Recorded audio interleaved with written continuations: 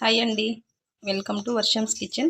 ఈరోజు మన ఛానల్లో ఎంతో టేస్టీ అండ్ చేదు అనేది లేకుండా ఉండే కాకరకాయ ఫ్రైని ఎలా చేయాలో చూద్దాము. సో జనరల్గా కాకరకాయ అంటేనే చేదుగా ఉంటుందని ఇంట్లో పిల్లలు కూడా తినరు. సో ఈ స్టైల్లో ఒకసారి చేసి పెడితే ఎంతో ఇష్టంగా తింటారు.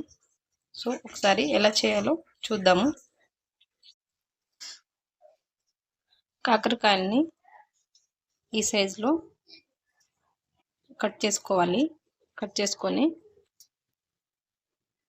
చేదు ఉండకుండా ఉండడానికి ఒక టీ స్పూన్ పసుపు అండ్ పసుపు రెండింటిని యాడ్ చేసుకొని క్లీన్గా వాష్ చేసుకోవాలి.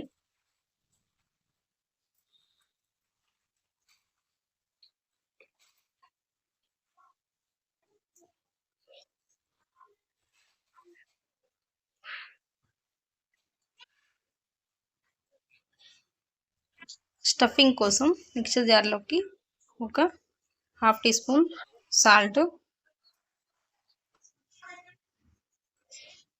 ఒక 2 to 3 స్పూన్స్ వరకు కారం,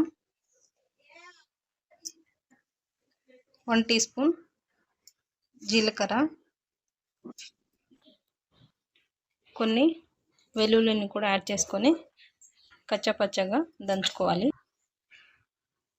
స్టవ్ ఆన్ చేసుకొని కడాయి పెట్టుకొని డీప్ ఫ్రైకి సరిపడా ఆయిల్ని పోసుకోవాలి. సో ఇందులో మనం కాకరకాయ ముక్కల్ని ఫ్రై చేసుకోవాలి ముందుగానే.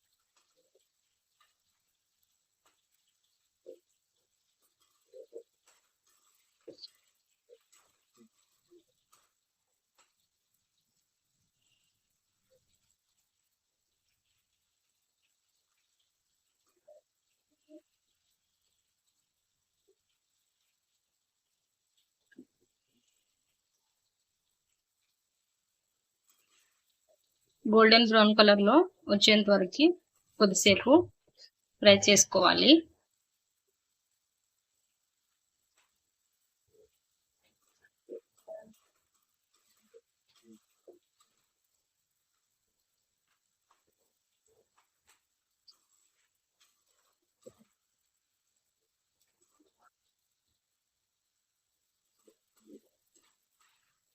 ఇలా కంప్లీట్గా ఫ్రై అయిన తర్వాత పక్కన తీసుకోవాలి.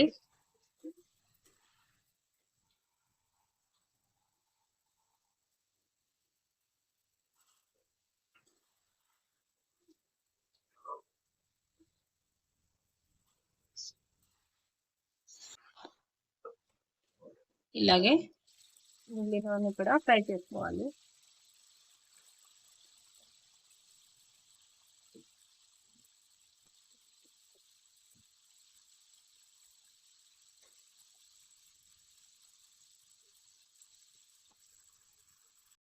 ఫ్రై చేసుకున్న కాకరకాయలోకి మనము ముందుగానే మిక్స్ చేసుకున్న వెల్లుల్లి కారంని కూడా ఇందులోకి ఇలా స్టఫింగ్ చేసుకోవాలి. ఇలా అన్నిటిలోకి స్టఫింగ్ చేసుకొని పక్కన పెట్టుకోవాలి.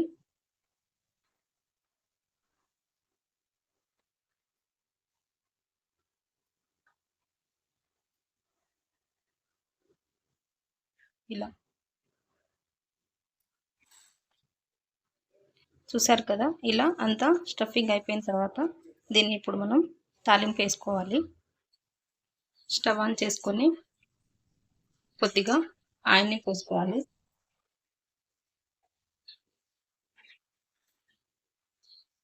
ఇందులోకి ఒక 4-5 ఎండుమిర్చిని తీసుకొని కొద్దిగా దంచిన వెల్లుల్లిని కూడా యాడ్ చేసుకోవాలి.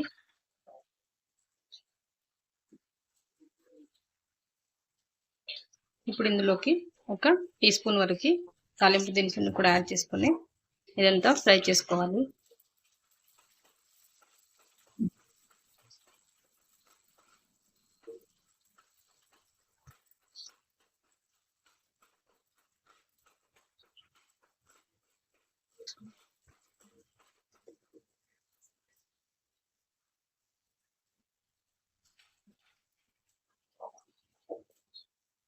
కొద్దిగా కరివేపాకును కూడా యాడ్ చేసుకోవాలి. సో నా దగ్గర అవైలబుల్లో లేదు కాబట్టి నేను యాడ్ చేసుకోవట్లేదు. మీ దగ్గర ఉంటే మీరు యాడ్ చేసుకోవచ్చు.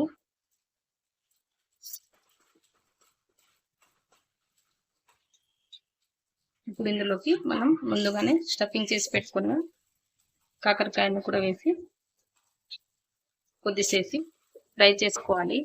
కారం పచ్చిగా ఉంటుంది కాబట్టి కారం ఉండకుండా కొద్దిసేపు ఇట్లా ఫ్రై చేసుకుంటే సరిపోతుంది.